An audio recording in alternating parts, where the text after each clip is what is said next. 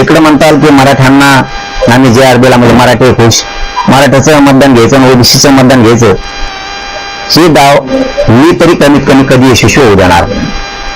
तुम्ही मराठ्यांचे जे मन जिंकले ते कायम जर ठेवायचे असतील तर मराठवाड्यातल्या सगळ्या मराठ्यांना कुणबी प्रमाणपत्र वितरित करायचं, वाटप करायचं काम सुरू करा. गावागावातल्या समित्या स्थापन करायचं, लवकर आदेश द्या. शिंदे समिती नुसती कागदावर आहे, तिला महाराष्ट्रभर सगळ्या मराठवाडाभर नोंदी शोधायचं काम पुन्हा सुरू करा. त्या लोकांच्या रोखून धरल्यात त्या द्यायच्या सांगा, ज्या नोंदी सापडल्यात ते प्रमाणपत्र पण द्यायचं सांगा. आणि आणखीन एक याच्या बरोबर काम करा. हा माझा आरोप नाहीये, तुम्हाला सांगणं फक्त हे जे सांगतोय ते की तुमच्या सरकारमधले म्हणजे ते छगन भुजबळ, तुमच्या सरकारमधलेच लोक तुम्ही काढलेल्या JRच्या विरोधात कोर्टात जातात कसं काय? तुम्ही तर जायचं नाही सांगितलं ना. कारण ज्या सत्तेत तुमच्या जी गोष्ट तुम्ही मराठ्यांना दिली, हैदराबादच्या JR काढून मराठवाड्यातल्या मराठ्यांच्या लेकरांचं कल्याण करायचं जे फडणवीस साहेब तुम्ही ठरवलंय, मग तुमच्या सरकारमधला एक माणूस हायकोर्टात मुंबईच्या आणि दिल्लीच्या सुप्रीम कोर्टात जातो कसा? हे खूप मोठा मराठ्यांना आम्हाला प्रश्न पडलेला. तुम्ही जर नुसते डोळे जरी वटारले तरी सगळे मंत्री टपाटपा जागेवर बसतील, पण तुमच्या नाकावर टिचून छगन भुजबळांनी 5 याचिका हायकोर्टात आणि सुप्रीम कोर्टात दाखल केल्यात कशा? हा खूप मोठा प्रश्न आहे. मग तुम्ही तर नाही ना करायला लावलं. छगन भुजबळला सांगून की तू म्हणजे द्यायचं एकीकडून आणि घालवायचं पण तुम्हीच. म्हणजे आम्हाला ही शंका येऊ नये असं म्हणणं आहे आमचं. आजही आमचं मन तुमच्यावरून उठलेलं फडणवीस साहेब नाही, न होणारं काम तुम्ही केलंय. त्यामुळे मराठा समाज तुमच्यावरती 100% खुश आहे. परंतु मराठ्यांना ही उद्यापासून शंका यायला नको की तुम्ही सरकारनंच मराठ्यांना मराठवाड्यातलं आरक्षण दिलं JR काढून आणि सरकारमधला तुमचाच मंत्री आमच्या विरोधात याचिका करतो, म्हणजे तुम्हीच तर त्याला रसद दिली, बळ दिले असं नाही ना. म्हणजे द्यायचं पण तुम्हीच आणि घालायचं पण तुम्हीच.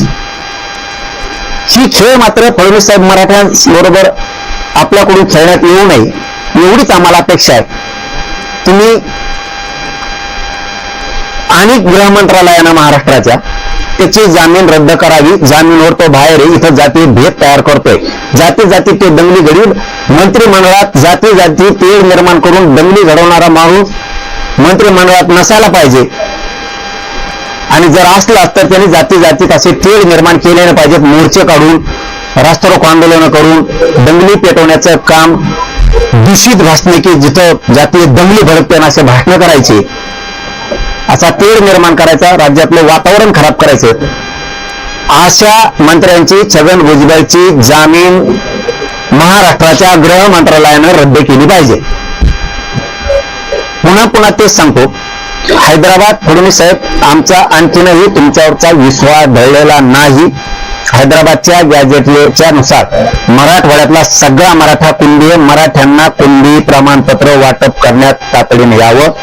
शिंदे समिती काही काम करत नाहीये, तिला मराठवाड्यासह महाराष्ट्रात नोंदी शोधायचं काम पुन्हा सुरू करा. प्रमाणपत्र अधिकाऱ्यांना द्यायचे सांगा कुणबीचे, आणि व्हॅलिडिटी पण द्यायचे सांगा. आणि महत्वाचा विषय, या मंगळवारी येत्या कॅबिनेटला सातारा संस्थांचं गॅजेटियरचा JR काढा. 1 महिन्याचा तुम्ही वेळ घेतला होता, आता 2 महिने होत आले. 2 नोव्हेंबरला, या 2 नोव्हेंबरला आता 2 महिने पूर्ण होते. आमच्यात थांबायची क्षमता नाही. फडणवीस साहेब मला एक गोष्ट कळत नाही, तुम्हाला देऊन द्यायचंच ना, त्याला मोकळ्या मनाने दिलं पाहिजे. कोणची जात असो, ती लाडकी बहीण असेल किंवा ते शेतकरी असेल किंवा तो धनगर असेल किंवा तो बंजारा समाज असेल किंवा तो मराठा असेल किंवा ते दलित मुस्लिम, एखादी गोष्ट द्यायचं ठरवले ना, बिनधास्त द्यायचं ठरवायचं. हैदराबादचं गॅजेटियर दिलं, त्याचा JR प्रमाणपत्र वाटप करायसाठी गाव लेवलला समित्याच गठीत नाहीत. काय उपयोग असल्या कामाचा? लोक असे मोकळं प्रेम केलं पाहिजे लोकांनी तुमच्यावरती, मोकळं. की फडणवीस साहेबांनी न होणारं काम केलं, मराठवाड्यातल्या मराठ्यांना गॅजेट दिलं आणि मराठवाड्यातल्या मराठ्यांना आरक्षण दिलं, असं मोकळ्या मनाने काम केलं पाहिजे. देऊन तर द्यायचं, पण असं पाहत चाफत चाफत द्यायचं. म्हणजे एखाद्या माणसाचं दुःख होतंय, त्याला नित्य करायचंय, पण आधी गोळी देऊन बघ, मग दुसरा डोस देऊन बघ, तो पण बरं औषध पाजून बघ. एखाद्याला तुम्हाला जीव घालायचं ना, मग त्याला अर्धी भाकर द्यायची, पोटभर द्यायची, तर असं काय जीव घालायचं म्हणलं तो खायतो काय खायचं, काय असं नाही भूक लागली तर मग एवढंच खाय, असं नाही ना. मग तुम्हाला काम करायचं ना मोकळ्या मनानं, मराठवाड्यातलं आरक्षण द्यायचं ना, छातीत ठोकून द्यायचं. म्हणून साहेब ही अपेक्षा आम्हाला तुमच्याकडून. एकीकडून तुमचाच मंत्रिमंडळातला मंत्री 5-5 याचिका दाखल करतो हायकोर्टात, सुप्रीम कोर्टात. तुमच्या परवानगीशिवाय त्याची टप्पर नाही. हे मी हृदयावर हात ठेवून सांगतो, तुमच्या परवानगीशिवाय त्याची याचिका दाखल करायची टप्परच नाही.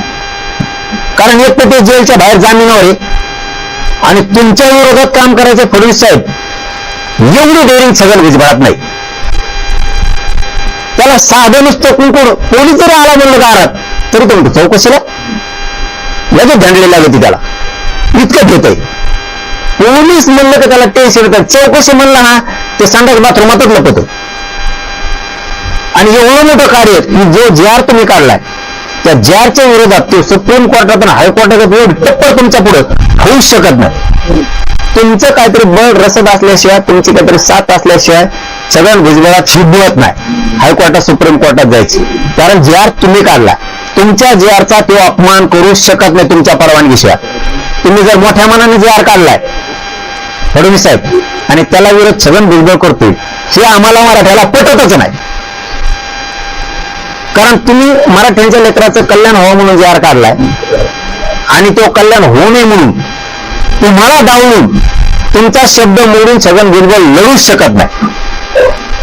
याला 100% तुमचं खतपाणी असलं पाहिजे असं आम्हाला वाटतंय. ते आम्हाला वाटू नये म्हणून तुम्ही मराठवाड्यातल्या मराठ्यांचे कोणती प्रमाणपत्र वाटप करावेत ही आमची अपेक्षा आहे. आमचा तुमच्यावर बसलेला भरोसा कधीच उठणार नाही, याच्यात शंका असायचं काही कारण नाही. आम्हाला ज्या शंका होत्या त्या आम्ही या पत्रकार परिषदेच्या माध्यमातून मांडल्यात. पुढं तुमचं मन तुम्हाला जसं करायचं तसं करा, आम्हाला जसं करायचं तसं आम्ही मग करणार.